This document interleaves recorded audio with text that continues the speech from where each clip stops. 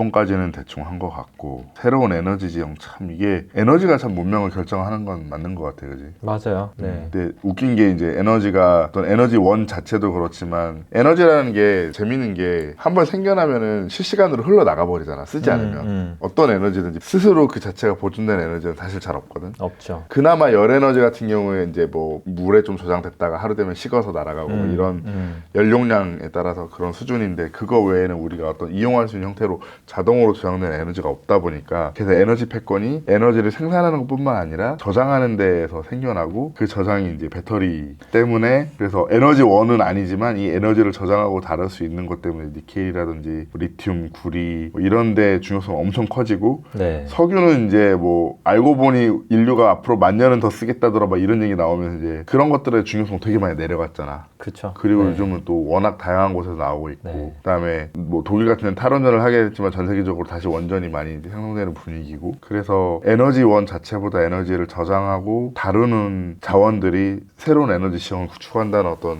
내용들이 있었는데 보면서 좀 되게 재밌었어. 에너지에만 갖고 있는 어떤 특별한 속성이라서 더 그런 것 같기도 하고. 계속 에너지 패권에 따라서 많은 게 결정이 될 거다라고 생각을 하고 그러니까 석유의 그 카르텔을 그러니까 중동은 계속해서 어쨌든 유지하고 싶어 하니까 오히려 그들은 이제 이렇게 좀 더 분란을 조성하는 게 아닌가라는 생각도 많이 들었고 에너지 수급에 대한 불안정성을 계속 일깨워줌으로써 네. 본인들의 포지션을 계속 가져가면서 번 돈으로는 이제 이런 거 만들어가지고 구축해놓고 이제 우리 석유 안 캐도 되지롱 하려는 그런 느낌. 그리고 그래서 사실 이제 걔네들이 최대한 석유로 돈을 벌어가지고 되게 친환경적인 걸 많이 세팅하려고 하잖아요. 사실 거기가 태양광 하기도 되게 좋은 좋지. 예, 위치이기도 하고 이게 되게 근데 저는 코로나가 터진 것도 되게 재밌었어요. 왜? 어떤 측면에서? 타이밍이. 아, 왜냐면은 2019년으로 되돌아봅시다. 그때 무슨 일이 있었지? 그러니까 코로나가 터지고 나서 그러니까 그때가 중국이 한창 친환경으로 전환을 아주 빠르게 하던 시절이 사실 전기차의 가장 빠른 전환은 물론 북유럽에서 일어났지만 이 거대한 대륙 차원 그러니까 유럽 차원, 중국 차원, 미국 차원 보면은 중국이 가장 지금은 가장 앞서 있거든요. 그래서 중국은 사실 그래서 차를 바꿀 때 그 번호판을 되게 비싸게 판다면서요. 되게 비싸게 팔아요. 근데 전기차는 이게 다 면제예요. 그래서 전기차를 살 수밖에 없는 거고 그리고 그러면서 자기들 어차피 자원도 잘 가지고 있으니까 배터리 패권 다 가져가고 전기차 패권들 막 BYD부터 뭐 배터리 뭐 CATL 해가지고 뭐 다 가져가면서 이렇게 친환경 정책을 무시무시하게 키우는 와중에 코로나가 빵 터지고 그리고 이거를 어쨌든 간에 그 재정 정책을 통해 가지고 부양책 하면서 인플레이션이 미친 듯이 일어났죠. 맞아, 그랬지. 쿼런틴이 되니까 사실 인플레이션이 일어날 수밖에 없잖아요. 왜냐면 중국이 다 우리 공급망인데 공급망이 막혀버리니까. 인플레이션이 일어났을 때 가장 치명적인 것이 친환경 정책으로의 전환이에요. 논리 연결이 내가 안 되고 있어. 설명을 좀 해줘. 그 우리가 흔히 얘기하는 특히나 뭐 태양광도 그렇고 그러니까 결국엔 자원의 이동이 일어나야 되잖아요. 태양광을 치면은 태양광의 그 패널들이 대다수가 중국에서 만들어져요. 그러니까 얘네들이 전 세계로 싸게 공급해줘야 돼요. 그렇지. 네. 근데 물류가 막히는 순간 얘가 가격이 미친 듯이 뛰어올라요. 근데 원자재도 다 튀어버려요. 공급처는 중국 제외한 몇 군데 안 되고. 네. 공급망이 붕괴되니까 태양광 배터리 필요한 모든 원자재가 다 튀어버려요. 네. 근데 중국은 자기 안에서 하니까 상관없는데 이거를 받아 쓰는 선진국들은 못해요. 전 세계적으로. 전 세계 못하고 그리고 태양광 말고 가장 유럽도 그렇고 미국에서 많이 하는 게 풍력이지. 네. 근데 풍력은 한 번 지을 때 되게 비싸요. 맞아. 마치 우리가 건설이잖아요, 걔네. 그래서 처음에 PF 발족을 시켜가지고 파이낸싱 확 땡겨가지고 이 디벨로퍼들이 이거 세운 다음에 그 다음에 운영 비용을 돈 뽑아내면서 돈을 주는 시스템이거든요. 근데 얘네들 기자재 값이 미친 듯이 뛰는 거죠. 그건 또 유지 보수비도 엄청 비싸더만 또. 네. 근데 이게 풍력이 예전에는 주로 육상에다 지었는데 맞아. 해상으로 넘어가거든요. 섬이나 해상이 많이. 해상은 훨씬 비싸요. 왜냐면 왜냐면 그럴 수밖에 없는 게 되니까. 사이즈도 훨씬 커야 되고요. 그리고 밑바닥까지 다 뚫어야 되잖아요. 뚫어야 되지. 네. 그리고 단순히 생각해 봤었을 때 작은 거 바람개비 하나 돌리는 거랑 훨씬 더 큰 거 돌리는 거랑 큰 게 효율이 좋거든요. 맞아. 네. 클수록 좋지. 근데 석유 레벨까지 그 생산 단가를 낮추려면 큰 걸 지어야 돼요. 어쩔 수 없이 큰 걸 지어야 되는데 큰 걸 지으려니 초반에 비용이 많이 드는 거예요. 재료가 많이 들어가고. 근데 재료값 올랐지. 그다음 인플레이션 때문에 금리도 올랐죠. 그러니까 파이낸싱 할 때 지금 돈이 안 되는 인건비도 올랐고. 엄청 올랐고. 그러니까 이게 다 막혀버렸어요. 빠르게 전환돼야 된 타이밍에 코로나 때문에 다 막혀버리면서 유럽은 우리 이제 그 점점점 이제 석유 줄이고 우리 친환경 1등으로 전환할 거야 하는데 그게 막혀버리고 러시아가 잠가버리면서 유럽이 완전 친환경. 그나마 겨울에 한 번 따뜻해서 다행이지. 그거 아니었으면 진짜 독일에 사는 거의 학생네 진짜 얼어 죽을 뻔했지 그 겨울에 진짜로. 예. 그래서 그때 천연가스 막 엄청 뛰었잖아요. 맞아. 몇십 배 뛰어버리고. 3배, 예. 30배. 그래서 유럽 같은 경우에도 원래는 막 전기차고 뭐고 친환경 정책을 막 2030년부터는 안 팔겠다 막 다 이랬었는데 지금 다 지연시키고 있어요. 다 못 따라가니까. 예. 단순히 잠깐 멈췄던 게 중요한 게 아니고 잠깐 멈추면서 발생한 여러 가지 일들이 다 발목을 잡는구나. 사실 지금까지 영향을 미치잖아요. 그렇지. 지금도 이미 아직도 뭐 미국의 장기채가 5%가 넘어가니까 그러니까 그치. 이게 영향을 아직까지 미치고 아직까지 해소가 안 됐기 때문에 계속해서 유럽이 저는 살고 있는 게 이게 아닐까 금리가 막 생각이 들더라고요. 높은 상태로 유지될 만한 사이클이 아닌데 이제 코로나 때문에 강제로 그런저런 일들이 벌어지다 보니 또 웃긴 게 또 반대로 중국은 이제 슬슬 디플레이션 위협이 다가오고 있고. 네, 그것도 아이러니하죠. 아이러니하지. 네. 중국은 거기는 5%라고 계획을 발표해보면 5%를 달성해야 되니까 네. 그걸 이제 억지로 만들다가 이제 다리에 힘이 풀리면 이제 주저앉으면서 디플레이션 빵 터지면 이제 세계가 같이 나락으로 이제. 그래서 사실 이제 저는 중국 와서 여기서 좀 여러 가지 얘기를 해줬으면 좋겠다고 생각하는 게 저는 이제 이런 게 이제 되게 궁금했거든요.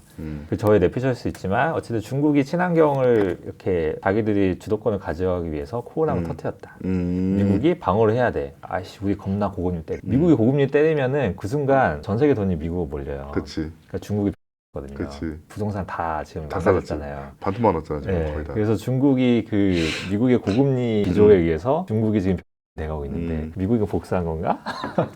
근데 그러면 이제 네. 오히려 중국이 이악 물고 이제 대만은 내 거 할 수도 있는 거지. 그럴 수도 있죠. 네. 아니면 이제 러시아랑 손잡고 우리는 앞으로 위안화라고 살 거야. 니들한테 공급 안 해. 우리 러시아랑 손잡고 러시아 중동이랑 손잡고 이렇게 살 거야. 이걸 시전할 수도 있겠지. 좀 진짜 골 때린다. 그래서 어떠한 우리가 모르는 표면적이지 않고 뒤에 숨겨져 있는 게 뭔가라는 이제 그런 생각이 많이 들더라고요.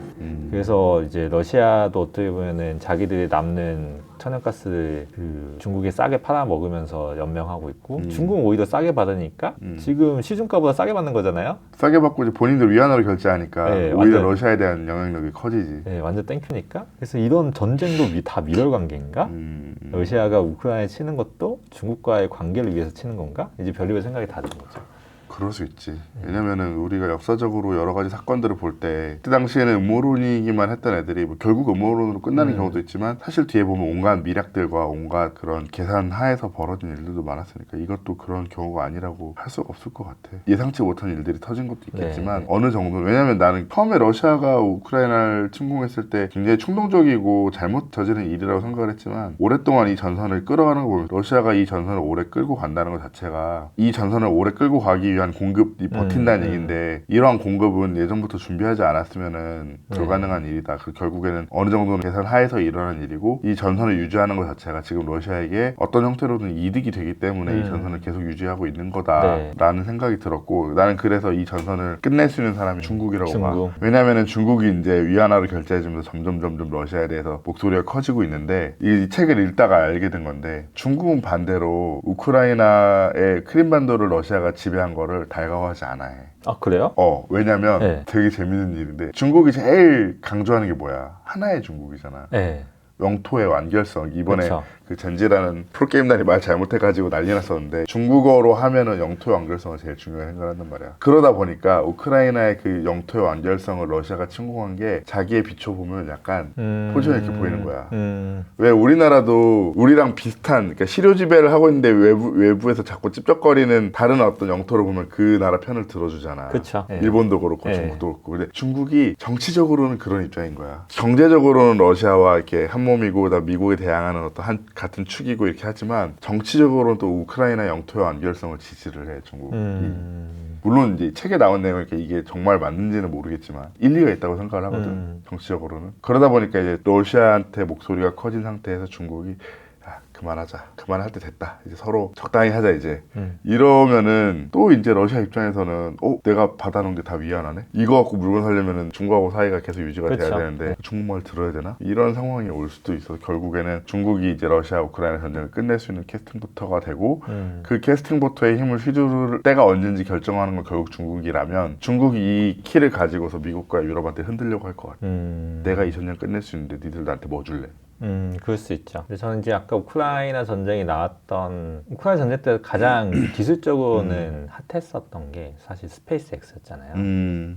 전쟁의 판도를 바꿨으니까.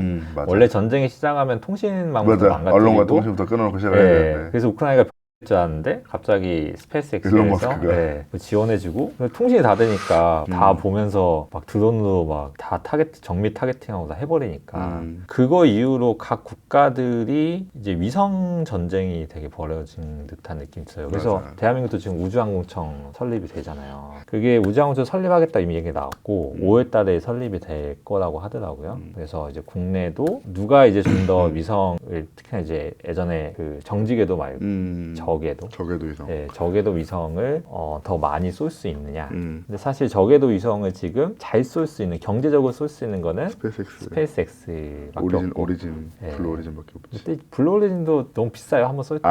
예, 너무 아직 비싸서. 거기까지 못 갔나 보네. 예, 왜냐하면 지금 재활용 로켓에서 유일하게 멀쩡하게 돌리는 데는 팔콘 9, 스페이스X밖에 없고 그래서 재밌었던 게 원래 스페이스X가 지금 수천 개의 적외도 위성을 띄웠고 그래서 우리는 6G 통신하겠다라고 했는데 거기에 대항으로 나온 게 원앱이라고 예, 걔네들이 처음에는 러시아 맞아. 쪽 그 로켓을 맞아. 싸다가 이제 전쟁이 났잖아요. 그치. 러시아도 비싼 거야. 결국에는 스페이스X가 싸져요. 얘가 싸니까 어쩔 수 없이. 그래서 우리나라 위성도 스페이스X가 싸주더라고요. 맞아. 예, 그래서 그러면은 사실 이 위성을 어쨌든 간에 우주에 올려야 되니까 올릴 수 있는 유일한 경제적인 발사체는 스페이스X밖에 그것도 없고. 참 유럽의 피해다. 왜냐면 예. 내가 옛날에 기억하기로는 스페이스X 이전에 미국 쪽이 보통 비싸잖아. 케이프 커네버럴 비쌌죠. 엄청 비싸지. 예, 러시아로 샀어요. 그래서 한국이 이제 인공위성 올리고 이제 제3국들이 로켓 기술이 없는 데서 인공위성을 어디서 많이 올려? 유럽에서 많이 올렸어. 유럽이 좀 가격이 저렴하고 이제 소형 로켓 싸가지고 올리고 그다음에 거기는 재밌는 건 비행기에 실어가지고 어느 궤도까지 가서 그 상태에서 또 올리기도 하고 아리안 로켓 이런 것도 있었고 그거를 스페이스X가 가져가는 바람에 이제 그것도 유럽이 진짜 미국한테 다 뺏겼구나. 일론 머스크가 참 많은 짓을 했죠. 독일 자동차 뺏어오고 우주 패권 뺏어오고 다 뺏었으니까 대단한 사람이네요. 사실. 그 와중에 이제 이것저것 많이 하고. 예. 아니 돈을 그렇게 벌어가지고 일론 머스크가 사실 그 엑스닷컴을 페이팔이랑 합병한 거잖아요. 맞아. 그래서 그걸로 정확히 말하면 수천억 벌어가지고 그치. 그러면 그냥 떵떵거리고 놀면 되는데 갑자기 나는 우주의 꿈을 이루겠다 해가지고 심지어 그것도 돈 다 떨어지고 마지막으로 쓸 수 있는 로켓에 성공하는 거 보면 참 운도 따르는 것 같고 예. 그래서 그걸로 이제 나사한테 펀딩 받아가지고 이제 계속 이어진 거잖아요. 그거 실패했으면 펀딩 더 이상 못 받았을 텐데. 네, 대단한 사람이 진짜 인생을 건 거죠 사실.